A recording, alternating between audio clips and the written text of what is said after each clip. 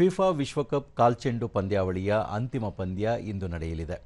ಅಮೆರಿಕದ ನ್ಯೂಯಾರ್ಕ್ ನ್ಯೂಜೆರ್ಸಿಯ ಮೆಟ್ಲೈಫ್ ಕ್ರೀಡಾಂಗಣದಲ್ಲಿ ಅರ್ಜೆಂಟೀನಾ ಹಾಗೂ ಸ್ಪೇನ್ ನಡುವೆ ಅಂತಿಮ ಪಂದ್ಯಗಳು ನಡೆಯಲಿವೆ.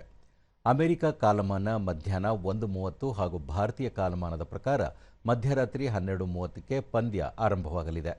ಎರಡೂ ತಂಡಗಳು ತಲಾ 2 ಬಾರಿ ವಿಶ್ವಕಪ್ ಗೆದ್ದಿರುವ ಹಿನ್ನೆಲೆಯಲ್ಲಿ ಉಭಯ ತಂಡಗಳ ನಡುವೆ ತೀವ್ರ ಹಣಾಹಣಿಯನ್ನು ನಿರೀಕ್ಷಿಸಲಾಗಿದೆ. ಅಂತಿಮ ಪಂದ್ಯಕ್ಕಾಗಿ ನ್ಯೂಯಾರ್ಕ್ ನಗರದಲ್ಲಿ ಎಲ್ಲ ಸಿದ್ಧತೆಗಳನ್ನು ಸಹ ಮಾಡಲಾಗಿದ್ದು, ಲಕ್ಷಾಂತರ ಅಭಿಮಾನಿಗಳು ಪಂದ್ಯ ವೀಕ್ಷಣೆಗೆ ಕಾತುರದಿಂದ ಕಾಯುತ್ತಿದ್ದಾರೆ. 82,500 ಜನರ ಸಾಮರ್ಥ್ಯ ಹೊಂದಿರುವ ಸ್ಟೇಡಿಯಂನ ಬಹುತೇಕ ಎಲ್ಲ ಟಿಕೆಟ್ಗಳು ಈಗಾಗಲೇ ಸಂಪೂರ್ಣ ಮಾರಾಟವಾಗಿವೆ.